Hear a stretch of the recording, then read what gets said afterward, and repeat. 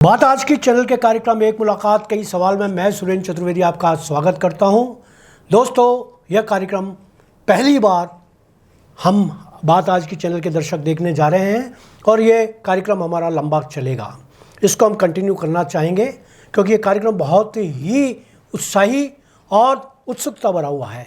आप जो जानना चाहते हैं, जो आपके मन में जिज्ञासा हैं, जो आपके मन में धारणाएं हैं, जो आपके मन के अंदर सवाल हैं, उन सब के जवाब हम इस कार्यक्रम में दिया करेंगे और किसी ऐसे शख्स को बुलाकर दिलवाया करेंगे जो उस विषय के पारंगत हैं।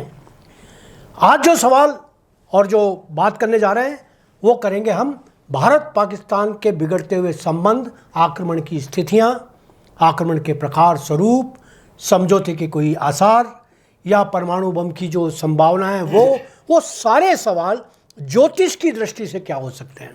जब ज्योतिष की बात चलेगी तो कोई ज्योतिषाचार्य हमारे बीच होने चाहिए और आज हमारे बीच में जो ज्योतिषाचार्य हैं वो मेरी दृष्टि से, आपकी दृष्टि हो सकता है इसमें भिन्न हो, राजस्थान के अंदर उनके मुकाबले के अंदर कोई फलित वाला ज्योतिष नहीं है, प्रामाणिक ज्योतिषाचार्य कोई नहीं है। पासबुक पढ़कर छोटे छोटे से हल्दी की गांठ लेकर चूहे पंसारी बन बैठते हैं, ऐसी संभावना ज्योतिष के अंदर बहुत ज़्यादा होती हैं। लेकिन एक ऐसा व्यक्ति जो पुष्कर राज, तीर्थराज पुष्कर के अंदर रह रहे हैं और जिनके फलित से पूरे हिंदुस्तान के अंदर उनकी एक अलग वो है, मैं तो हिंदुस्तान भी छोटा कहूँगा, जब उनके पास विदेशों से फ़ोन आते हैं और विदेशी लोग उनके जब दरवाजे पर आते हैं और अपनी ज्योतिषी पूछते हैं तो सबसे बड़ी बात होती है ज्योतिष के अंदर, ज्योतिष में कुंडली कैसे बनाते हैं, क्या होता है। कई लोग ऐसे होते हैं मेरे जैसे जिनके कभी जन्मपत्री बनती नहीं है, ऐसे लोग भी अगर आते हैं तो उनके पास पूरी तरीके से उनका ज्ञान इतना प्रगाढ़ है कि वो उस ज्ञान से संतुष्ट होकर जाते हैं। मैं आपका बहुत बहुत स्वागत करता हूं। आप हैं कैलाशनाथ दादीज। कैलाशनाथ दादीज किसी परिचय के मोहताज नहीं। आप बस स्टैंड पर जयपुर में उतरेंगे, दिल्ली में उतरेंगे, भीलवाड़ा में उतरेंगे, 4 लोगों में से एक लोग उनको जानने वाला मिल जाएगा।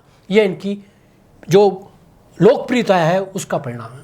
मैं आपका बहुत बहुत स्वागत करता हूं और मैं सबसे पहले ये पूछना चाहूँगा कि भारत और पाकिस्तान के संबंध जिस तरीके से अपनी जो पहलगाम की जो नरसंहार हुआ और मज़हब पूछ कर लोगों को मारा गया, ये जो कांड हुआ वो उसको आप ज्योतिष की दृष्टि से कैसे देखते हैं? श्रीमान, पहले तो आपने मुझे यहाँ बुला करके जो इस योग्य समझा, इसके लिए मैं आपका बहुत बहुत आभार और धन्यवाद प्रदर्शित करता हूँ और आपसे ये बताना चाहता हूँ कि पहलगाम की जो घटना 22 अप्रैल सन 2025 को जो घटना हुई है, जिसमें 26 लोग मारे गए, जिसमें 25 विदेशी पर्यटक थे और एक वहाँ का कश्मीर का व्यक्ति था, वो मारे गए। ये नरसंहार बहुत ही विभत्स और अशोभनीय था और निंदनीय था। लेकिन इसके लिए ज्योतिष ये बताती है कि अभी वर्तमान में 29 मार्च सन 2025 को 5 ग्रहों का योग बना था। ये 5 ग्रह क्या है? पहला ग्रह राहु था, दूसरा शुक्र था, तीसरा बुध था और चौथा सूर्य था और 5वां शनि था। शनि महाराज उसी दिन 12 राशियों पर पूरे विश्व में उस दिन शनि की महादशाओं का परिवर्तन हुआ। उन 12 राशियों पर शनि आकर के विद्यमान हुए और 29 मार्च को जो ये 5 ग्रहों का जो योग था, ये ज्योतिष में बहुत बड़ा खगोलीय विज्ञान के लिए अशुभकारी था। इसने देश और विदेश में ये जो संकट आ रहे हैं, चाहे वो अमेरिका का हो चाहे और कोई देश का हो, तो ये सारा पंचग्रही का योग वहाँ से जो चला है वो अभी अगस्त तक इसका दुष्प्रभाव रहेगा। इस दुष्प्रभाव से अभी और घटना और दुर्घटनाएं देश विदेश में घटने की शंकाएं हैं। इसी के साथ साथ में ज्योतिष ये भी बताती है, पंचांग की गणित की गणितीय ज्ञान ये भी बताता है कि 2 अप्रैल सन 2025 को मंगल का जो ग्रह है वो कर्क राशि पर नीच राशि पर आ गया। जब 4 के अंक में मंगल बैठता है तो वो नीच राशि का होता है और कर्क का जो स्वामी है वो चंद्रमा है, वो जलीय तत्व है और मंगल अग्नि तत्व है। जब जल और अग्नि मिल जाते हैं तो वो तांडव मचा देते हैं। इस 2 अप्रैल सन 2025 को जो मंगल आया था, ये 28 जुलाई सन 2025 तक रहेगा। इसकी वजह से ये भारत पाकिस्तान का युद्ध की जो संभावनाएं हैं वो निश्चित योग है। मतलब आपका कहना यह है कि भारत और पाकिस्तान का युद्ध निश्चित रूप से होना है। हाँ। और ये पंचग्रह के आपने जो योग बताए हैं, ये मेरे ख्याल से अचानक नहीं आते, ना ये विधिवत आते हैं ना क्रमवार आते हैं, ये कभी भी आ सकता है। हाँ, तो ये योग जो आया है वो बड़ा आप समझते हैं कि ये देश के लिए, विदेशों के लिए मतलब बहुत अच्छा नहीं है। तो भारत और पाकिस्तान का युद्ध जब आप संभावित मानते हैं, तो क्या इसके अंदर प्रलय जो आपने बताया जल और अग्नि का मिलन हो रहा है, तो आप क्या समझते हैं कि हमारे जो जल सेना है या हमारी थल सेना है या हमारी नभ सेना है, इसमें से कौन सबसे पहले युद्ध लड़ेगी? रासायनिक क्रियाओं से युद्ध होने की पूर्ण संभावना है। अच्छा। जिसमें जलीय तत्व से और आकाश वायु तत्व से मिलकर के ये युद्ध होगा। युद्ध होने का योग प्रबल है और इसमें बहुत ज़्यादा दिन ये नहीं चलेगा। कुछ ही दिनों के बाद में बीच बचाव होकर के और समझौते की संभावनाएं भी बन रही है। उसका एक मूल कारण यह है कि पाकिस्तान की जो राशि है वो कन्या राशि है और कन्या राशि पर 27 जनवरी से ही पंचग्रही योग चला है, जो अशांति का कारण है। और 14 अप्रैल को वहाँ ग्रहों की वक्र दशाएं आई, जिसने 10 दिन के बाद में ही ये घटना घटाई। भारत के ग्रह की अगर ध्यान लगाएं और भारत के ग्रहों को अगर अपन देखें तो ऐसा मालूम पड़ता है कि भारत के ग्रह 29 मार्च 25 को पंचग्रही योगों के साथ में ये शनि का जो ग्रह है और अन्य जो ग्रह हैं भारत को विजयश्री दिलाएंगे। भारत की इसमें यश और सम्मान बढ़ेगा। जो दूसरे विदेशों में जो और देश हैं जी, वो लोग भी भारत से संपर्क में आएंगे, भारत का सहयोग करेंगे और निश्चित जो है भारत की विजयश्री होने का।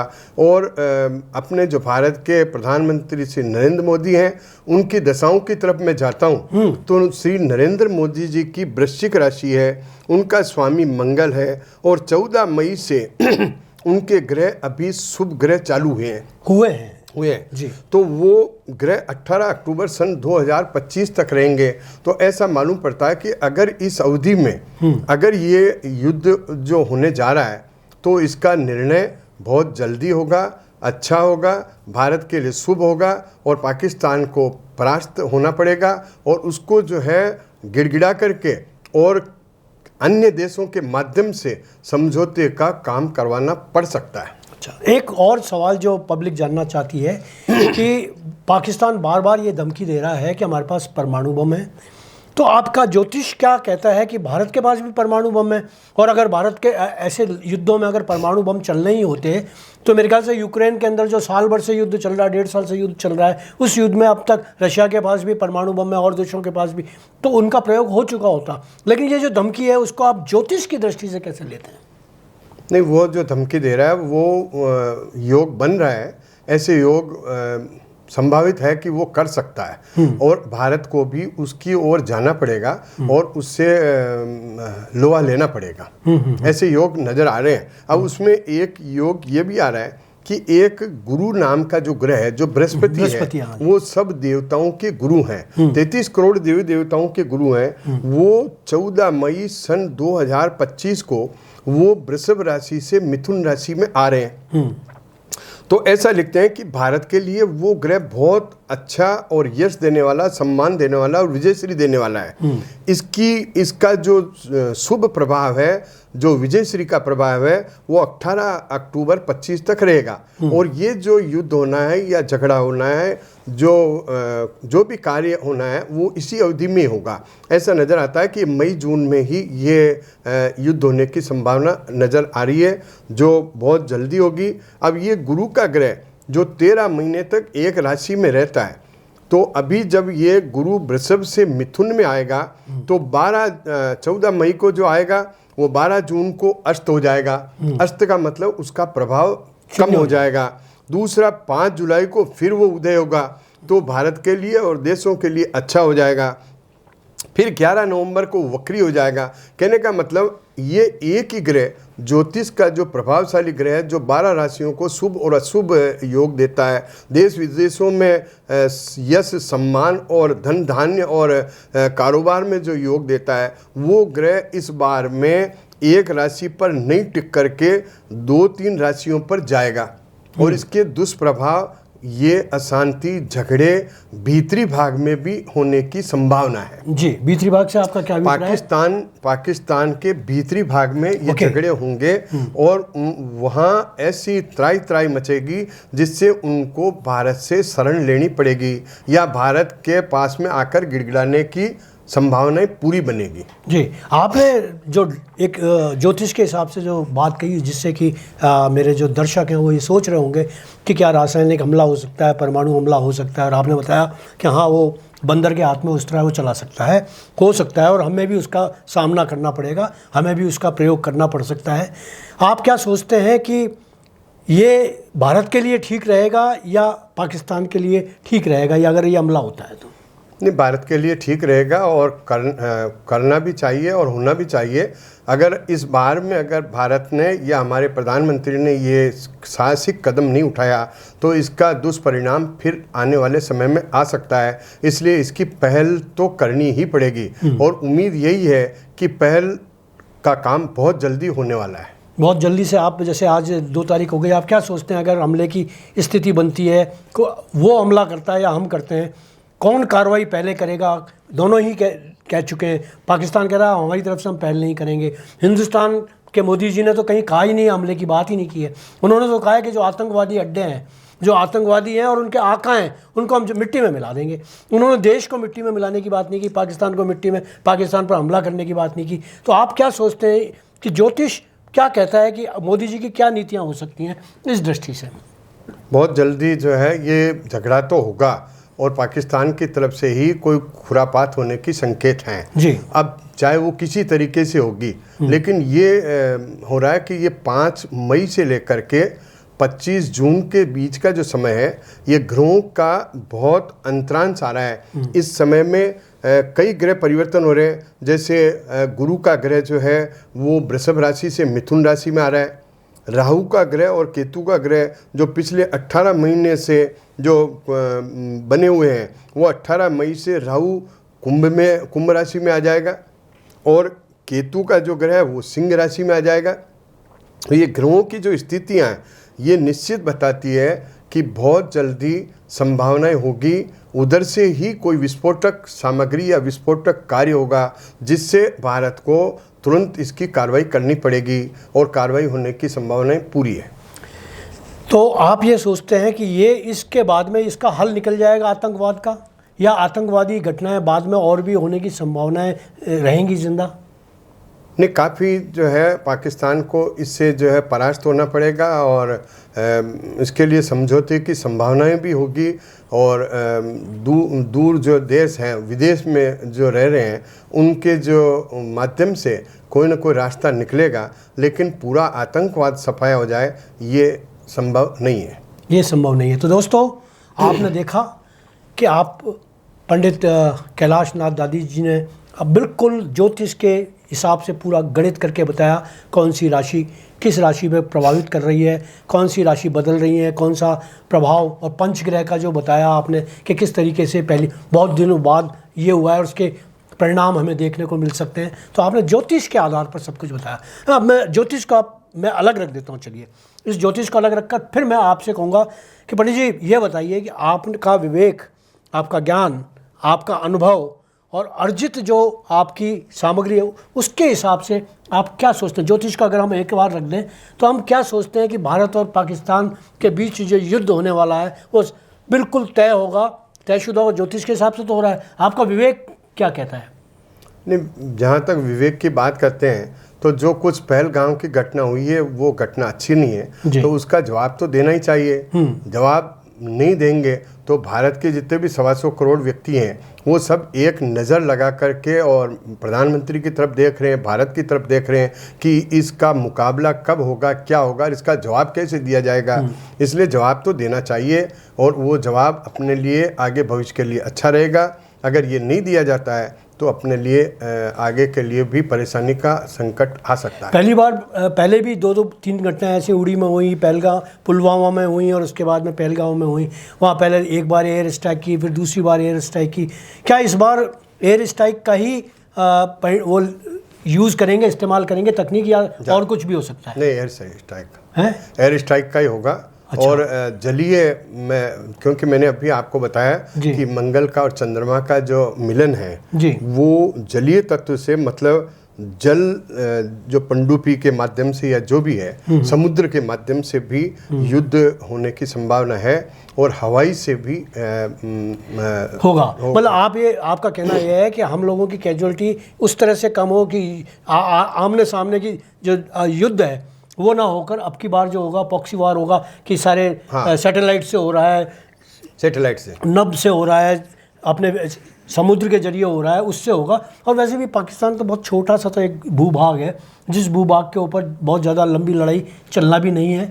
और जिस तरीके के हम लोग संपन्न हो गए हैं, मैं समझता हूँ कि ये आपने बिल्कुल सही फरमाया है। और आपने जो ज्योतिष के हिसाब से बताया दूसरा योग ये भी है कि अभी पाकिस्तान का जो प्रधानमंत्री शाहबाज नवाज, उनकी राशि को भी मैंने स्टडी की है। अच्छा, वो क्या बोलती है? उनके ग्रहों को मैंने पढ़ा है। उनकी कुंभ राशि और उनका मालिक जो शनि है, उनको अभी जो है 2 अप्रैल सन 2025 से शनि, राहु और शुक्र अशुभ ग्रह उनको लगे हुए हैं। और ये ग्रह उनके जो है अभी अक्टूबर 25 तक रहेंगे।